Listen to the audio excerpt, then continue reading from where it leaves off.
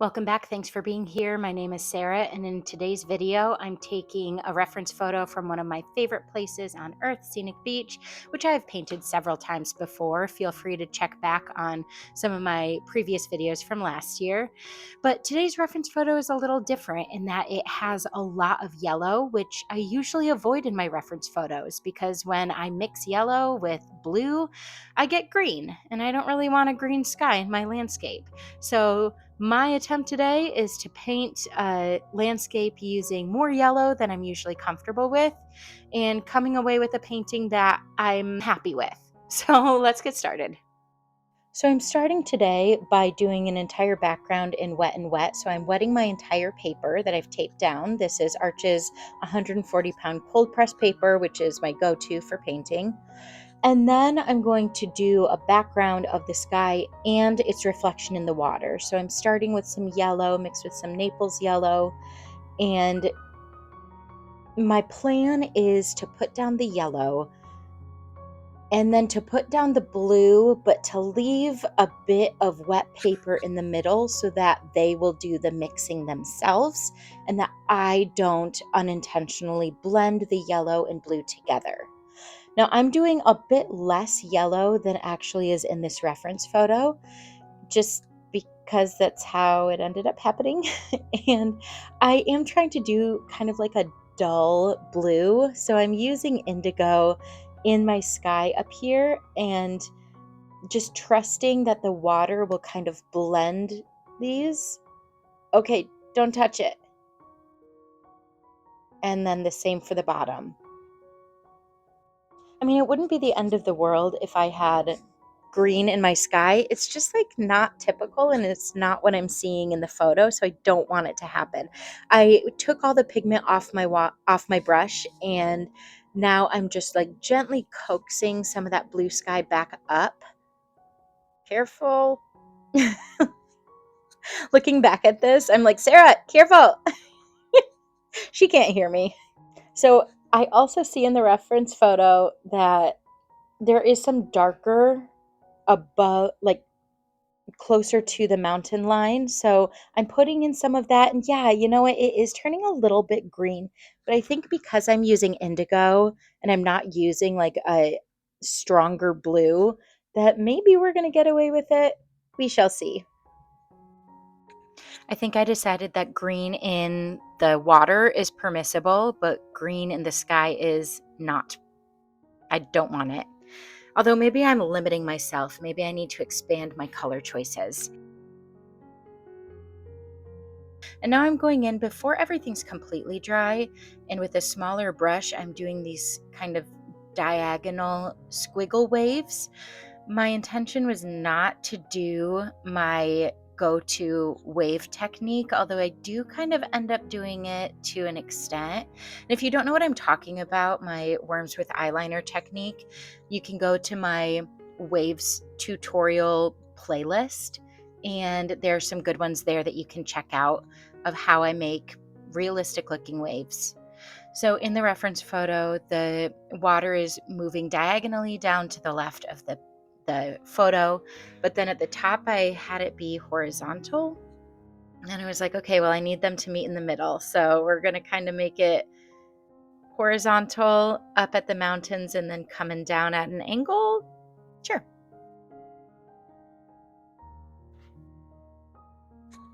I really liked putting in these wave shapes while the background was still a little bit wet, not sopping wet, but just damp so that it could spread a little bit.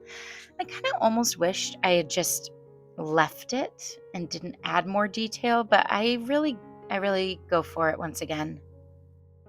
I'm using the same blue that I used in the sky and in the water, just a slightly darker version. So this is indigo.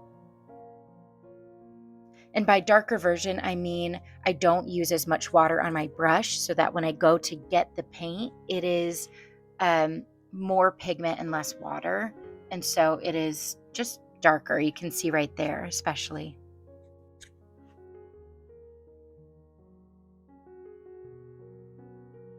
As the waves go back in the distance, they're obviously going to get smaller and smaller. So I almost need to do just little dots or even just dry brush to make those teeny tiny little shapes back there. While I'm deciding what to do or not do with the rest of the water, I'm going to put in some little Naples yellow clouds. And again, my sky is pretty much dry, but not all the way dry, so it is blending just a little bit. I did run the risk of putting this paint down and having a bloom happen immediately and having this kind of cauliflower effect, which I didn't want in the sky. There are times when I do want it, but I was really happy with how these clouds turned out. I love that peachy color. And then I'm going to add a little bit of like purpley red to the bottom. All right, I'm adding in some more layers of that indigo, and we're getting to the point where looking back at this is when I wish I had stopped.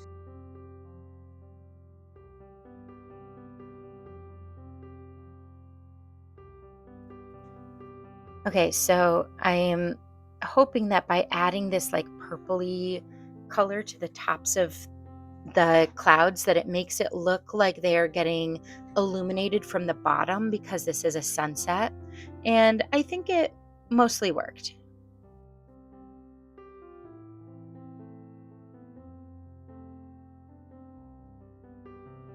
All right, we're going to go back to our dry water now, dry water. And I'm doing some dry brush with a brush that I probably shouldn't do dry brush with. I need to switch over to my round instead of my filbert because that is a little flatter. Oh well. And I'm deciding, yeah, we're going to go for it with the dry brush and kind of darken these wave shapes. The problem here is that now I've kind of glided my brush parallel with the paper so that it does that dry brush and gets those little wave textures in the back. But it also means we're not quite glazing this blue color over the yellow, but to some extent we are. And so what it means is it kind of dulled up all of that yellow that we had going on. And then I think I should have left it, but I tried to add it back in, and then you got some kind of weird mixture of colors there. So, spoiler alert, it turns out, oh, only okay. And now I'm going back in with a darker indigo where the shadow of those waves would be. But I don't want it to be like crashing waves. I want it to be like kind of smooth, but kind of ripply. I'm actually going to this beach this week on Wednesday. So I think by the time I post this video, I will have gone and probably seen a sunset that looks like this. Although at this point, sunsets are happening at like 10 p.m. Oh, okay. On the right side of the painting, do you see a little like rainbow thing happening? Hold on, move your arm. There's like a rainbow thing happening on the mountain and going down onto the water.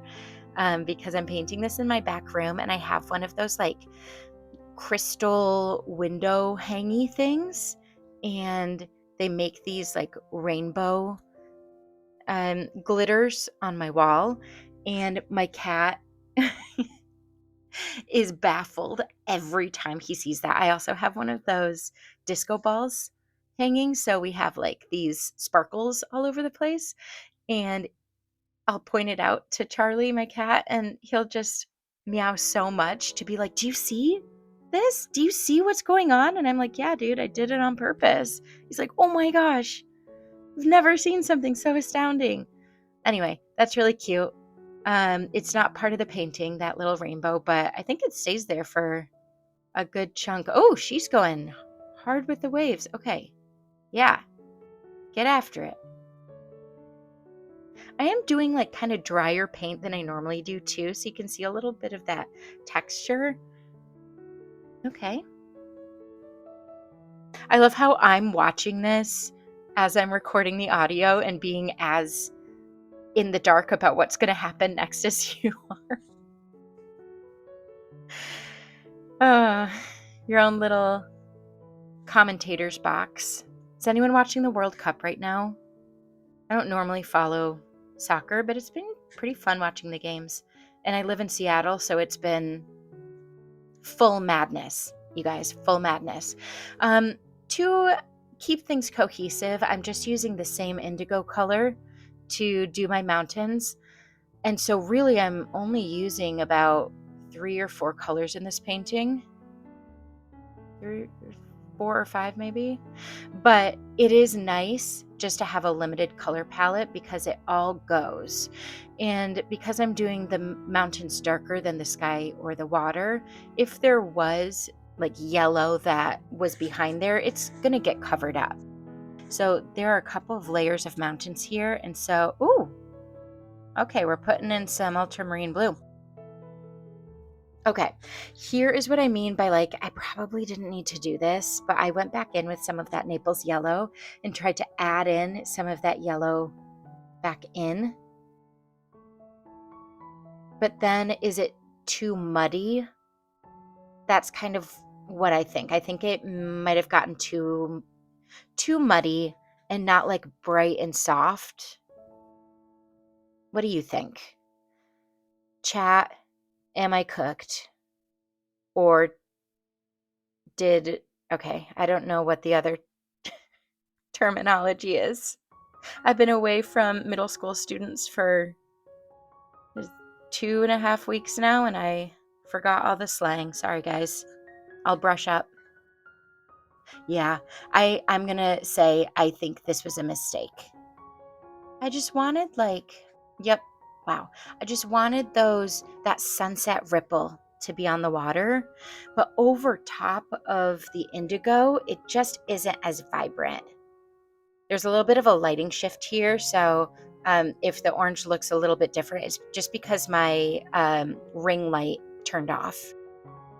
And because those mountains are dry, I'm using indigo to add in the next layer of mountains. And then there are going to be some mountains kind of in the middle between those two side mountains.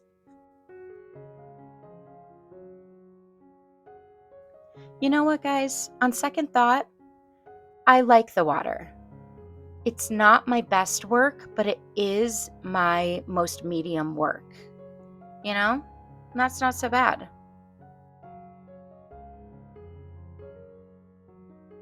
I do like these mountains because and I like the clouds too. Okay, I really like the top half. And the bottom half is okay. It looks so much like a sunset. It's cute. All right, let's take the tape off. I think if there was something else I was going to do, it would be to add white gel pen to the tops of some of the waves just to give it a little sparkle. But in the end, I think it's a nice little painting.